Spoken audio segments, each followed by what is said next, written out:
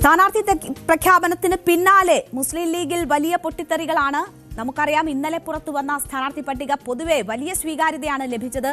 യുവാക്കൾക്ക് ഒപ്പം തന്നെ സ്ത്രീകൾക്ക് പരിഗണന നൽകിയുള്ള സ്ഥാനാർത്ഥി പട്ടിക എന്ന നിലയിലാണ് അതിനെ ആദ്യഘട്ടത്തിൽ സ്വീകരിക്കപ്പെട്ടത്. എന്നാൽ വലിയ രീതിയിലുള്ള പ്രതിഷേധം, പൊട്ടിത്തെറികൾ അതിന് പിന്നാലെ കാണുകയായിരുന്നു. LDF സ്വതന്ത്രനായി മത്സരിക്കാനുള്ള ഒരു സാധ്യത ലീഗ് നേതാവ് അബ്ദുൾ റഹ്മാൻ രണ്ടത്താണി തള്ളിക്കളയുന്നില്ല. മുസ്ലിം ലീഗ് സ്ഥാനാർത്ഥി പ്രഖ്യാപനത്തിൽ പരസ്യമായി പ്രതിഷേധിച്ചിരുന്നു അബ്ദുൾ റഹ്മാൻ രണ്ടത്താണി.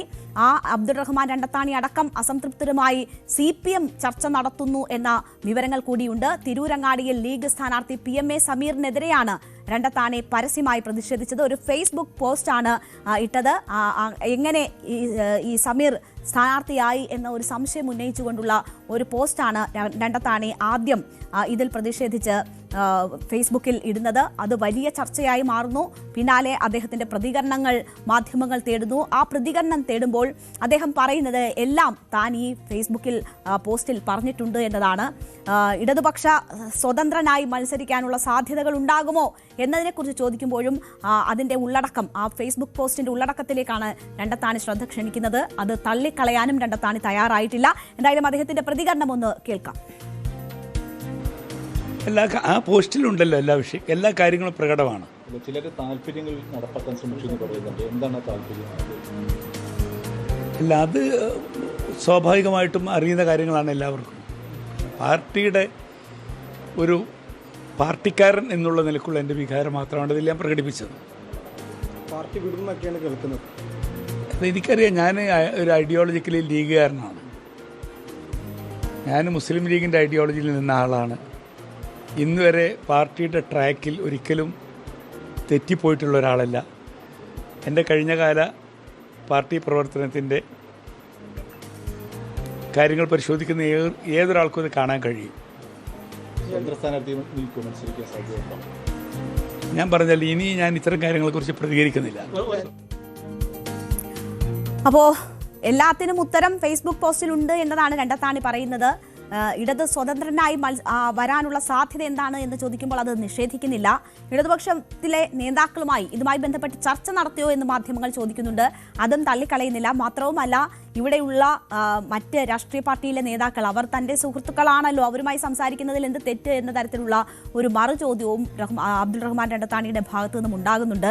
ഇനി CPMന്റെ ഭാഗത്തേക്ക് വന്നാൽ, ഈ രണ്ടത്താണിയെ സ്വതന്ത്ര സ്ഥാനാർത്ഥിയാകാനുള്ള ഒരു സാധ്യതയെ CPMും തള്ളിക്കളയുന്നില്ല. മാത്രവുമല്ല, രണ്ടത്താണിയെ പുകഴ്ത്തുകയാണ് CPM പൊളിറ്റ് ബ്യൂറോ അംഗം കൂടിയായ A വിജയരാഘവൻ ഇന്ന് ചെയ്തത്. രണ്ടത്താണിയുടെ അസംതൃപ്തി ചെറിയ കാര്യമല്ല എന്ന് വിജയരാഘവൻ പറയുന്നു. നിലവിലുള്ള സാഹചര്യത്തോട് ഇടതുമുന്നണി പോസിറ്റീവായി പ്രതികരിക്കുമെന്നും അതിനുള്ള ശ്രമം നടത്തും എന്നും കൂടിയാണ് വിജയരാഘവൻ പറഞ്ഞത്. നിലവിൽ രൂപപ്പെട്ട സാഹചര്യങ്ങൾക്കനുസരിച്ച് നിലപാടുകളിൽ ചിലപ്പോൾ മാറ്റം വരുത്തുന്നതിനെക്കുറിച്ച് മുന്നണി ആലോചിക്കുമെന്നാണ് വിജയരാഘവൻ പറഞ്ഞത്. ഇടതുപക്ഷം വളരെ മികവാർന്ന തരത്തിലുള്ള അനുഭവ സമ്പത്തുള്ള ഒരു നേതൃത്വ നിരയെ കേരളത്തിലെ ഈ തെരഞ്ഞെടുപ്പിലെ സ്ഥാനാർത്ഥികളെ നിശ്ചയിക്കുകയും വലിയ സ്വീകാര്യതയോടുകൂടി ആ സ്ഥാനാർത്ഥികളെ കേരളീയ സമൂഹം അംഗീകരിക്കുകയും ചെയ്തിരിക്കുകയാണ്. ഇപ്പോൾ UDF വലിയ തോതിൽ അവസരവാദപരമായ നിലപാടുകൾ സ്വീകരിച്ചതിനെ തുടർന്ന് അവർക്കുണ്ടായിട്ടുള്ള പ്രതിസന്ധികളുണ്ട്. സാധാരണ UDFൽ പ്രതിസന്ധി രൂപപ്പെടുന്ന കൂട്ടർ കോൺഗ്രസ്സാണ്. അബ്ദുറഹ്മാൻ രണ്ടത്താണി എന്ന് പറഞ്ഞാൽ നമ്മൾ കണ്ടിട്ടുള്ളത് എന്താ വെച്ചാൽ, ലീഗിനെ കേരളീയ പൊതുസമൂഹത്തിൽ മുസ്ലിം ലീഗിൻ്റെ നയങ്ങളെ അബ്ദുറഹ്മാൻ രണ്ടത്താണിയെപ്പോലെ പ്രതിരോധിച്ച ഒരാളില്ല. ആ നയങ്ങളെ മുസ്ലിം ലീഗിനെതിരായി വരുന്ന കാര്യങ്ങളെ പ്രതിരോധിക്കുകയും ലീഗിന് അനുകൂലമായി ഏത് കാര്യങ്ങളെയും ഏതളവ് വരെയും വ്യാഖ്യാനിക്കുകയും ചെയ്തിട്ടുള്ള ലീഗ് നേതാവാണ് അബ്ദുറഹ്മാൻ രണ്ടത്താണി. അത് നമ്മൾ മനസ്സിലാക്കാതെ പോരുത്. അത് MLA ആയിട്ടുണ്ട്. MLA ആകുക മാത്രമല്ല, ലീഗിൻ്റെ പ്രയാസം ഉണ്ടായ ഘട്ടങ്ങളിൽ, ലീഗ് ഡിഫെൻസീവിലും ബാക്ക് ഫുട്ടിലും വരുന്ന ഘട്ടങ്ങളിൽ മുസ്ലിം ലീഗിനെ ഏറ്റവും കൂടുതൽ പ്രതിരോധിച്ച് മുസ്ലിം ലീഗിൻ്റെ വക്താവായി കേരളീയ പൊതുസമൂഹത്തിൽ വന്നിട്ടുള്ളതാണ്. അപ്പോൾ താനൂരിലോ തിരൂരിലോ അബ്ദുറഹ്മാൻ രണ്ടത്താനിയെ സ്ഥാനാർത്ഥിയാക്കാനുള്ള നീക്കങ്ങൾ CPM നടത്തുന്നു എന്നതാണ് മനസ്സിലാക്കുന്നത്. അതുമായി ബന്ധപ്പെട്ടുള്ള ചർച്ചകൾ പുരോഗമിക്കുകയാണ്. താനൂരിൽ സ്ഥാനാർത്ഥിയായി നിശ്ചയിച്ചിരുന്നത് V അബ്ദുറഹ്മാനെ ആയിരുന്നു. അദ്ദേഹം സ്ഥാനാർത്ഥി പ്രഖ്യാപനം കഴിഞ്ഞതിന് ശേഷവും ഇതുവരെ പ്രചരണ രംഗത്തേക്ക് വന്നിട്ടില്ല. അദ്ദേഹത്തിന് താനൂരിൽ മത്സരിക്കാൻ താല്പര്യമില്ല എന്ന വിവരങ്ങൾ നേരത്തെ മുതൽ തന്നെ ഉണ്ടായിരുന്നു. മണ്ഡലം മാറുന്നതിനെക്കുറിച്ച് അദ്ദേഹം ചർച്ചകൾ നടത്തിയിരുന്നു. തിരൂരിൽ മത്സരിക്കാനാണ് അബ്ദുറഹ്മാൻ ആഗ്രഹിക്കുന്നത് എന്ന് മനസ്സിലാകുന്നു. അങ്ങനെയാണെങ്കിൽ താനൂരിൽ അബ്ദുറഹ്മാൻ രണ്ടത്താനിയെ മത്സരിപ്പിച്ചുകൊണ്ട് തിരൂരിലേക്ക് V അബ്ദുറഹ്മാനെ മാറ്റുമോ എന്നതാണ് കാണേണ്ടത്. അല്ല എങ്കിൽ തിരൂരിൽ തന്നെ അബ്ദുറഹ്മാൻ രണ്ടത്താനിയെ മത്സരിപ്പിക്കുമോ? ഇതുമായി ബന്ധപ്പെട്ടുള്ള ചർച്ചകളാണ് പുരോഗമിക്കുന്നത്. എന്തായാലും ഈ സാഹചര്യം ഉപയോഗപ്പെടുത്താനാണ് CPM ഇപ്പോൾ തയ്യാറായിരിക്കുന്നത്. അതേസമയം മങ്കടയിലും ലീഗിന് വിമത സ്ഥാനാർത്ഥി ഭീഷണിയുണ്ട്. അങ്ങനെ ഒരു വിമത സ്ഥാനാർത്ഥി ഭീഷണി അവിടെ വരികയാണെങ്കിൽ പിന്തുണ നൽകാനുള്ള ആലോചന CPM-ൽ ഉണ്ട് എന്ന് മനസ്സിലാകുന്നു. ലീഗ് മണ്ഡലം പ്രസിഡന്റ് കുന്നത്ത് മുഹമ്മദ് സ്വതന്ത്ര സ്ഥാനാർത്ഥിയായാൽ പിന്തുണയ്ക്കാനാണ് CPM നീക്കം നടത്തുന്നത്. അതേസമയം രണ്ടത്താനിയെ തള്ളി ലീഗ് നേതാക്കൾ രംഗത്ത് വന്നു. ആദ്യം ഇത് സ്വാർത്ഥ താല്പര്യം എന്ന നിലയിൽ ഉള്ള പ്രതികരണങ്ങളാണ് ലീഗ് നേതാക്കളുടെ ഭാഗത്തു നിന്നും ഉണ്ടായതെങ്കിൽ CPM നീക്കം തുടങ്ങിയ സാഹചര്യത്തിൽ ഇപ്പോൾ അനുനയിപ്പിക്കാനുള്ള നീക്കങ്ങളും നടക്കുന്നു എന്നാണ് മനസ്സിലാകുന്നത്.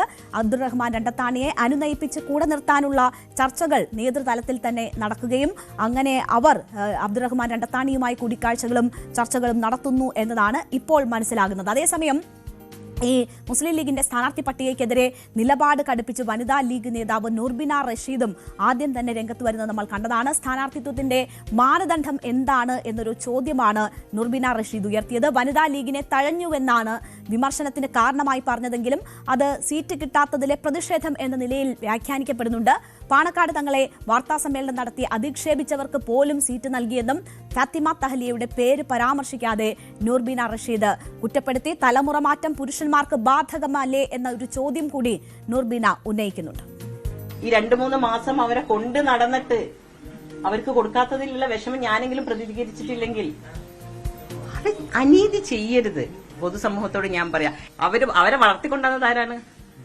അവര് ദളിത് സ്ത്രീയായിട്ടാ വന്നത്, ദളിത് ലീഗിലൂടെയാ വന്നത്. അവരെ ദേശീയ നേതൃത്വത്തിലേക്ക് എടുത്തതാരാണ്? എന്റെ കയ്യിൽ എല്ലാ വോയിസ് റെക്കോർഡും ഉണ്ട്.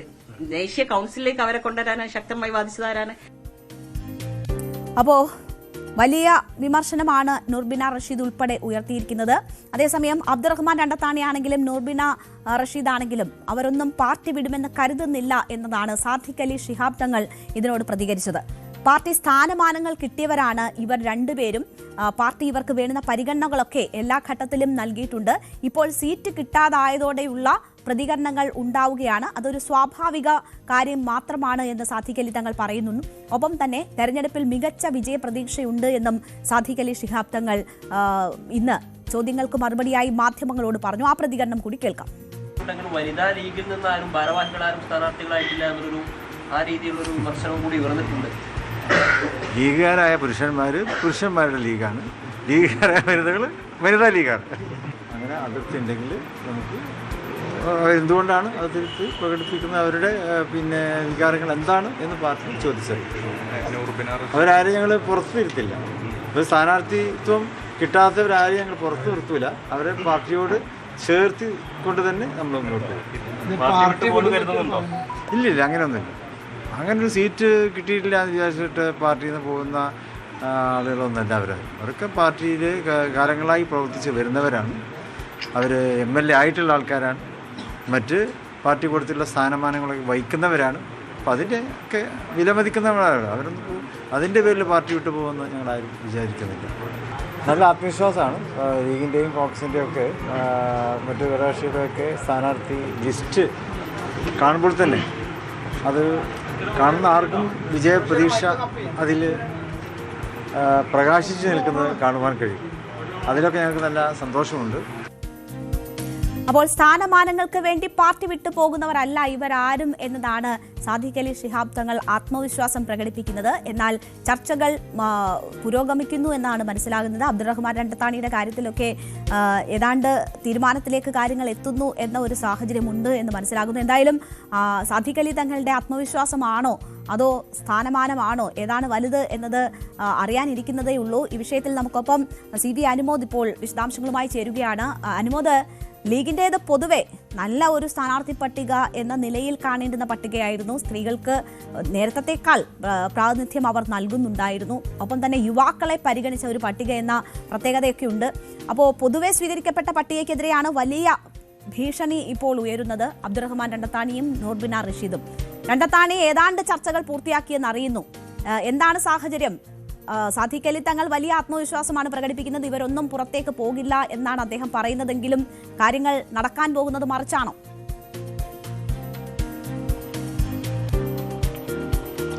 രേണുക, മുസ്ലിം ലീഗിൽ തലമുറ മാറ്റം സംഭവിച്ചപ്പോൾ കുറച്ച് തലകൾ പുറത്തേക്ക് ഉരുളുന്നു എന്ന് വേണം കരുതുവാൻ.